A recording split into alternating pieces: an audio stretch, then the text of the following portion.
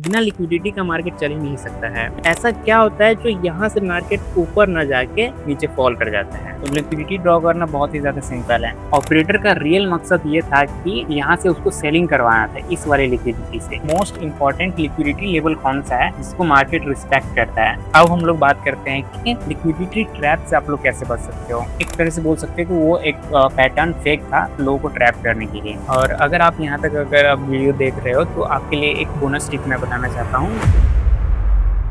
तो अगर आप ट्रेडिंग करते हैं तो आपने कभी ना कभी लिक्विडिटी कॉन्सेप्ट का नाम जरूर सुना होगा। तो आज की इस वीडियो में मैं आपको बताने वाला हूँ कि लिक्विडिटी क्या होती है, लिक्विडिटी स्वीप क्या होती है और हम लोग इसे चार्ट पे कैसे फाइंड आउट करते हैं और लिक्विडिटी लोगों को कैसे ट्रैप करता है ये भी हम लोग देखेंगे। तो चलिए स्टार्ट करते हैं। पहला कि लिक्विडिटी क्या होती है। जैसे किसी भी गाड़ी को चलने के लिए फ्यूल की नीड होती है, वैसे ही मार्केट को चलने के लिए लिक्विडिटी की नीड होती है। बिना लिक्विडिटी का मार्केट चल ही नहीं सकता है। और मार्केट को चलाता कौन है? Buyers and sellers. ऐसा नहीं है कि लिक्विडिटी किसी एक लेवल पे रहता है, लिक्विडिटी पूरे मार्केट में अवेलेबल रहता है। बस फर्क इतना है कि जहाँ पे बायर्स एंड सेलर्स ज्यादा एक्टिव रहते हैं वहां पे लिक्विडिटी ज्यादा रहता है, और जहाँ पे buyers and sellers come active रहते हैं वहां पे लिक्विडिटी कम रहता है। इसे एक एग्जांपल की मदद से समझते हैं। जैसे मान लीजिए आपको एक एसी खरीदना है जो आपके घर से 5 किलोमीटर दूर है, तो आप जाइएगा और वहां से एक एसी खरीद कर ले आइएगा। लेकिन वहीं पे जब आपको अगर 50 एसी चाहिए तो आप इस दुकान पे नहीं जाइएगा, क्योंकि आपको जितना माल चाहिए वो इस दुकान में अवेलेबल नहीं होगा और आपको रेट भी यहाँ पे महंगा मिलेगा। लेकिन वहीं पे आप यहाँ पे अगर 15 किलोमीटर दूर अगर जाते हैं एसी फैक्ट्री में, तो यहाँ पे आपको जितना माल चाहिए उतना माल भी मिल जाएगा, जितना एसी चाहिए उतना एसी भी मिल जाएगा, और साथ ही यहाँ पे रेट भी कम लगेगा। तो इसका मतलब ये हुआ कि इस दुकान में उतना लिक्विडिटी नहीं था जितना हमको चाहिए था,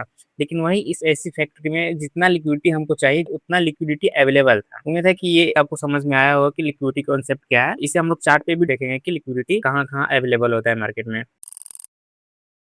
अब बात करते हैं टाइप्स ऑफ लिक्विडिटी की। हालांकि ये उतना इंपॉर्टेंट कॉन्सेप्ट नहीं है, लेकिन फिर भी मैं नॉलेज के पर्पज से बता देता हूँ। लिक्विडिटी दो टाइप की होती है, internal liquidity and external liquidity. मान लेते हैं ये दो लेवल है और मार्केट ऐसे मूव किया है। ये जो अंदर का लेवल है इसे हम लोग बोलेंगे इंटरनल लिक्विडिटी, एंड ये जो ऊपर का लेवल है जो बिग लेवल है तो हम लोग बोलेंगे एक्सटर्नल लिक्विडिटी। इसमें बस एक बातें हैं जो आपको ज्यादा ध्यान में रखनी है कि इंटरनल लिक्विडिटी के मुकाबले एक्सटर्नल लिक्विडिटी मार्केट को ज्यादा रिस्पेक्ट करता है। यानी कि कभी भी मार्केट इंटरनल लिक्विडिटी से ज्यादा वैल्यू एक्सटर्नल लिक्विडिटी को करेगा। समझ में आ गया? अब बात करते हैं हम लोग लिक्विडिटी स्वीप के बारे में। लिक्विडिटी स्वीप को अगर आसानी भाषा में बोले तो एसएल हंटिंग। जैसे एग्जांपल के तौर पे समझते हैं, मार्केट यहाँ गया, उसके बाद यहाँ पे जितने भी सेलर्स ने यहाँ पे सेल किया था उन लोगों का स्टॉप लॉस हिट किया, देन ये अपना रियल मूव दिखाया। ये जो एसएल हिट किया है इसी को हम लोग बोलते हैं लिक्विडिटी स्वीप। इसे एक और एग्जाम्पल के तौर पर समझते हैं। मान लेते हैं कि मार्केट यहाँ से यहाँ तक फॉल किया, ऐसे स्ट्रक्चर बनाया, उसके बाद जो नीचे के एक लेवल एक सपोर्ट बनाया था उस सपोर्ट को ब्रेक किया, यानी कि इस लेवल और इस लेवल पर जो भी बाई किया होगा, जो जिनका भी स्टॉप लॉस इस दोनों लेवल के नीचे रहा होगा उनका स्टॉप लॉस हंट किया, एसएल हंटिंग। उसके बाद ये अपना रियल मूव दिखाया, इसी को हम लोग बोलते हैं लिक्विडिटी स्वीप। और लिक्विडिटी स्वीप को अच्छे से डिकोड करने से पहले मैं आपको एक चीज बता देना चाहता हूँ, जो बिगनर्स के पर्सपेक्टिव से हो सकता है आप लोगों को पता हो, लेकिन मैं आपको एक बारी और बता देना चाहता हूँ, क्योंकि मैं देख के चल रहा हूँ कि सारे लोग बिगिनर्स हैं अभी। मान लेते हैं ये मार्केट में अभी यहाँ से मार्केट ऐसे मूव किया है, ठीक है। तो यहाँ से यहाँ तक में जितने भी बायर्स हैं उनका स्टॉप लॉस यहाँ पे अवेलेबल है, और मान लेते हैं कि मार्केट यहाँ से आके बायर्स का स्टॉप लॉस हिट कर दिया। तो बायर्स का अगर ऐसा हिट होता है तो इनका जितना भी बाइंग ऑर्डर है वो इस लेवल पे आके सेलिंग ऑर्डर में कन्वर्ट हो जाता है, ठीक है। उसी तरीके से मान लेते हैं कि अगर यहाँ पे मार्केट में कोई अगर यहाँ पे सेल किया है और मार्केट अगेन आके यहाँ पे अगर इन लोगों का स्टॉप लॉस हिट कर देता है, तो यहाँ पे इस लेवल पे जितने भी लोगों ने सेल किया था अगर स्टॉप लॉस उनका हिट होता है तो इनका जो सेलिंग ऑर्डर था वो कन्वर्ट हो जाता है बाइंग ऑर्डर में। ये आपको बस ये बेसिक था जो आपको जानना था। अब हम इसको डिकोड करेंगे कि आखिर ये लिक्विडिटी स्वीप होता क्यों है। पहले के टाइम में ब्रेकआउट ट्रेडिंग क्या होती थी कि मान लेते हैं कि ये एक सपोर्ट है, ये एक रेजिस्टेंस है। इस रेजिस्टेंस को देख करके जितना भी यहाँ पे सेलिंग ऑर्डर लगा है, यहाँ पे जितना भी मार्केट ने सेल किया है उन सबका स्टॉप लॉस कहाँ पे लगाएगा? उन सबका स्टॉप लॉस इस लेवल के ऊपर रहेगा। और जब मार्केट इस लेवल को ब्रेक करता है तो इन सारे सेलर्स का एसएल हिट होगा, और जब सेलर का एसएल हिट होता है तो वो कन्वर्ट हो जाता है बाइंग ऑर्डर में। तो इन सारे सेलर्स का यहाँ पे अगर एसएल हिट होता है तो यहाँ पे और बाइंग ऑर्डर प्लेस हुआ। ऊपर से जो यहाँ पे ब्रेकआउट देख के जितने भी न्यू मेंबर्स थे वो भी बाइंग करने लगे, ठीक है? तो पहले यही होता था कि यहाँ से मार्केट अप की ओर मूव देता था। लेकिन आज की डेट में क्या होता है, जब यही सेम चीज़ अभी मार्केट में होता है, तो यहाँ पे पहुँचने के बाद ये यहाँ ऐसे फॉल कर जाता है, जिसे हम लोग लिक्विडिटी स्वीप के नाम से जानते हैं अभी। तो ऐसा क्या होता है जो यहाँ से मार्केट ऊपर ना जाके नीचे फॉल कर जाता है? इसका रीज़न अब हम लोग डिकोड करेंगे। अगेन मान लेते हैं ये रेजिस्टेंस है, ये एक सपोर्ट है। मान लेते हैं आप एक ऑपरेटर है, आप एक अब मैं जो भी बताने वाला हूँ आप ऑपरेटर के पर्सपेक्टिव से देखिएगा। मान लेते हैं आपको इस लेवल पे 1000 क्वांटिटी आपको बाई करना है, लेकिन बाई करने के लिए आपको कोई ना कोई अगर सेल करेगा, उसके बाद ही ना आप बाई कीजिएगा। तो आपको बाई करने के लिए मान लेते हैं इस लेवल पे पहले से 200 क्वांटिटी अवेलेबल है। अब आपको चाहिए 800 क्वांटिटी और चाहिए। तो 800 क्वांटिटी आप किससे ले सकते हैं? या तो आप ऑपरेटर से ले सकते हैं, या तो आप किससे ले सकते हैं? रिटेलर से। तो ज़ाहिर-सा बात है ऑपरेटर आपको क्वांटिटी देने से नहीं रहा है, क्योंकि ऑपरेटर अगर आपको अगर वहाँ यहाँ इस लेवल पे सेल करेगा तो उसके अकॉर्डिंग मार्केट यहाँ से नीचे जाना चाहिए। लेकिन अगर आप भी एक ऑपरेटर है और आपको अगर यहाँ आप यहाँ पे बाय कर रहे हैं तो आपके अकॉर्डिंग यहाँ से ऊपर जाना चाहिए। तो ऑपरेटर तो आपको देने से नहीं रहा, तो आप क्या कीजिएगा, जैसे आप ऐसे मार्केट को दिखा सकते हैं कि यहाँ पे एक सेलिंग दिखा के यहाँ पे एक सपोर्ट एरिया पहले से है और आप अगेन फिर यहाँ पे एक सपोर्ट दिखा देते हैं। अब यहाँ से यहाँ तक कि जितना भी रिटेलर बाय किया है, उनका स्टॉप लॉस रहेगा इस लेवल के नीचे। यहाँ पे मान लें जितना भी बाय किया है उनका स्टॉप लॉस रहेगा इसके नीचे यहाँ पे। बाइंग का स्टॉप लॉस यानी कि क्या? बाइंग का एसएल यानी कि सेलिंग ऑर्डर। आपको चाहिए था सेलिंग ऑर्डर, तो आप यहाँ से इन लोगों का स्टॉप लॉस हिट करवाइएगा। मान लेते हैं कि यहाँ से यहाँ तक में 800, तो यहाँ पे बाइंग ऑर्डर था। तो 800 सेलिंग ऑर्डर यहाँ पे इस लेवल के नीचे है सेलिंग ऑर्डर। आपने इन लोगों का एसएल हिट करवाया तो आपको मिल गया 800 सेलिंग ऑर्डर। पहले से इस लेवल पे कितना क्वांटिटी था? 200 क्वांटिटी। तो दोनों मिलके यहाँ पे हो गया 200 सेलिंग ऑर्डर पहले से था, 800 अभी मिल गया एसएल हिट करवाने से। आपको 1000 सेलिंग ऑर्डर्स मिल गया। अब तुरंत यहाँ पे अपना ऑर्डर पंच कीजिएगा और उसके बाद मार्केट आप अपना रियल मूव दिखाइएगा। यही इसी को कहते हैं लिक्विडिटी स्वीप। अब चलिए हम लोग इस चार्ट पे देखते हैं कि चार्ट पे कैसे वर्क करता है लिक्विडिटी स्वीप। तो सबसे पहले देखते हैं कि हम लोग की मार्केट में लिक्विडिटी कैसे ड्रॉ कर सकते हैं। तो लिक्विडिटी ड्रॉ करना बहुत ही ज़्यादा सिंपल है। जिस भी लेवल से मार्केट मुड़ा है उस लेवल के ऊपर आप एक लाइन की ड्रॉ कीजिए, लिक्विडिटी यही है। जैसे हम लोग इसे चार्ट पे देखते हैं, जैसे कि यहाँ पे इस लेवल से मार्केट मुड़ा है यानी कि लिक्विडिटी यहाँ पे है। सेम अगर अगर हम लोग डाउन साइड की ओर देखें तो अगर मार्केट इस लेवल से मुड़ा है तो लिक्विडिटी यहाँ पे है। तो बस लिक्विडिटी ड्रॉ करना इतना ही ज़्यादा सिंपल है। अब हम लोग बात करते हैं लिक्विडिटी स्वीप के बारे में। तो लिक्विडिटी स्वीप कैसे वर्क करता है देखिए, यहाँ पे इतना फॉल आने के बाद यहाँ पे एक लेवल क्रिएट किया मार्केट, जो यहाँ पे जितने भी लोगों ने बाइंग किया था और यहाँ से इतना फॉल आया और यहाँ पे सब लोगों का एसएल हिट किया, देन ये अपना मूव दिखाया। एक और एग्जांपल देखते हैं हम लोग। जैसे यहाँ पे मार्केट ने एक लिक्विडिटी क्रिएट किया और उसके बाद यहाँ तक फॉल आया, फिर अगेन मार्केट यहाँ पे इन सब का एसएल हिट किया और यहाँ पे जितने भी लोगों ने सेलिंग किया है उन लोगों का एसएल यहाँ पे अवेलेबल है।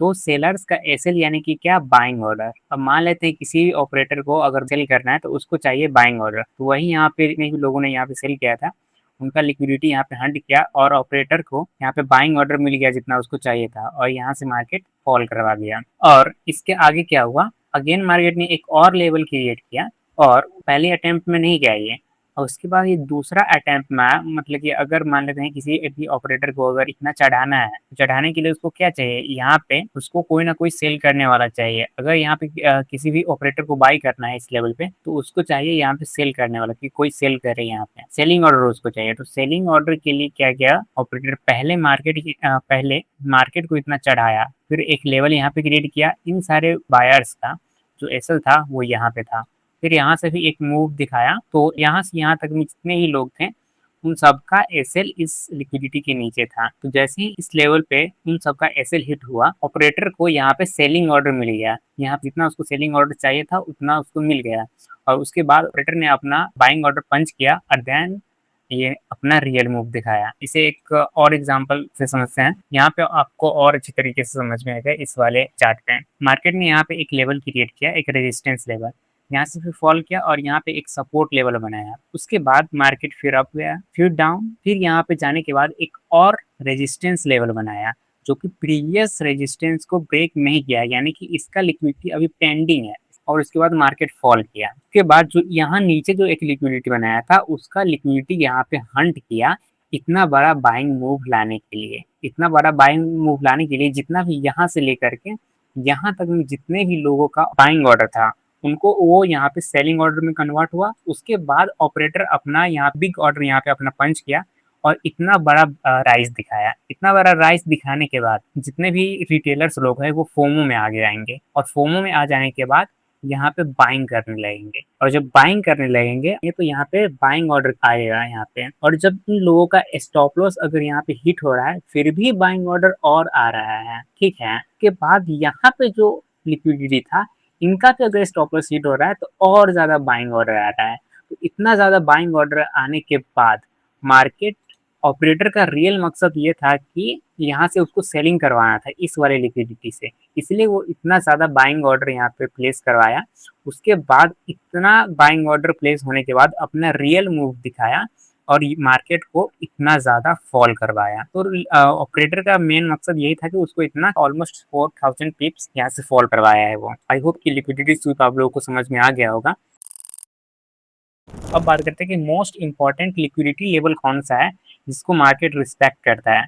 तो अगर आपको एक्यूरेसी बढ़ाना है अपने लिक्विडिटी का तो उसके लिए आपको जो ये 5 मिनट या 10 मिनट पे जो लिक्विडिटी रहता है इसका एक्यूरेसी उतना ज़्यादा नहीं रहता है। तो आपको high accuracy liquidity level mark करने के लिए आपको बड़े टाइम फ्रेम पे आना होगा। तो लाइक 1 आवर पे हम लोग आते हैं एंड 1 आवर पे आने के बाद आप देख सकते हैं कि ये जो फॉल आया था, लाइक हम लोगों ने कौन सा फॉल अभी देखा, ये भी 1 आवर के लेवल पे 1 आवर की कैंडल का ही यहाँ पे लिक्विडिटी स्वीप हुआ था जिसके कारण यहाँ पे इतना बड़ा फॉल आया था। अगेन हम लोग अगर किसी और बड़े फॉल की बात करें तो वो बड़े लेवल्स का, जैसे कि यहाँ पे अगर एक और लेवल हम लोग देखें तो ये 1 आवर का लिक्विडिटी लेवल है और यहाँ पे 1 आवर का लिक्विडिटी जब हंट किया मार्केट ने तब जाके इतना ज्यादा फॉल आया। और अगेन जब इसको राइज भी करना था तो ये वाला जो लिक्विडिटी एरिया है इसको मार्केट ने यहाँ पे लिक्विडिटी सारा कलेक्ट किया यहाँ पे एंड कलेक्ट करने के बाद ये अगेन फिर आया। ये पहले अटेम्प्ट में नहीं गया है क्योंकि हर बार पहले अटेम्प्ट में नहीं जाता है मार्केट। ये लिक्विडिटी को यहाँ पर रिस्पेक्ट किया है बड़े लेवल पे, यहाँ से यहाँ तक इसको राइज करवाया, फिर अगेन मार्केट आया और ये जो प्रीवियस लिक्विडिटी था उसको हंट किया यहाँ पे। अगर आप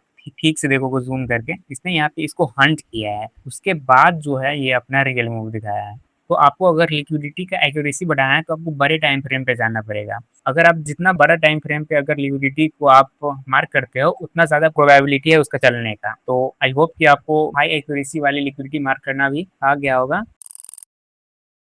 एंड अब हम लोग बात करते हैं कि लिक्विडिटी ट्रैप से आप लोग कैसे बच सकते हो। तो जैसा कि यहाँ पे आप लोगों ने देखा कि पहले अटेम्प्ट में ये नहीं गया था, दूसरी बार जब आया इन सारे लोगों को बाहर किया मार्केट से, उसके बाद ये अपना रियल मूव दिखाया। तो पहला क्राइटेरिया ये हो जाता है लिक्विडिटी ट्रैप से बचने का कि पहले अटेम्प्ट में आप ज्यादा ट्राई कीजिए कि पहले अटेम्प्ट में ना घुसे। सेकेंड अटेम्प्ट में अगर आप लेते हैं तो उस ट्रेड का प्रोबेबिलिटी ज्यादा हो जाता है चलने का। और दूसरा क्राइटेरिया ये है कि आप कभी भी किसी M pattern, W pattern, head and shoulder pattern या फिर कप एंड हैंडल पैटर्न, तो वो ज्यादातर प्रोबेबिलिटी रहता है क्या कि वो सब ट्रैप करने के लिए ही मार्केट में ऑपरेटर्स लोग का चाल रहता है। वो सब कि कोई भी पैटर्न आपको दिखा देंगे और वहां से फिर मार्केट रिवर्स कर जाएगा, उस पैटर्न के अकॉर्डिंग नहीं चलेगा। लाइक मैं आपको अगर एग्जांपल दिखाऊं तो देखोगे तो यहाँ पे एक डब्ल्यू पैटर्न यहाँ पे फॉर्म हो रहा है और अब यहाँ पे रिटेलर्स लोग क्या करेंगे, यहाँ पे डब्ल्यू पैटर्न को देख के सारे जितने भी रिटेलर्स लोग बाइट कर रहे होंगे वो सबको ऑपरेटर ने ट्रैप किया और उसके बाद एक तरह से बोल सकते हैं कि वो एक पैटर्न फेक था लोगों को ट्रैप करने के लिए। तो ज्यादातर चांसेस रहता है कि अगर आप किसी भी पैटर्न के ऊपर, हर बार ऐसा नहीं है कि ये गलत होता है लेकिन आज की डेट में ये सब पैटर्न है जो ज्यादा वर्क नहीं करता है। तो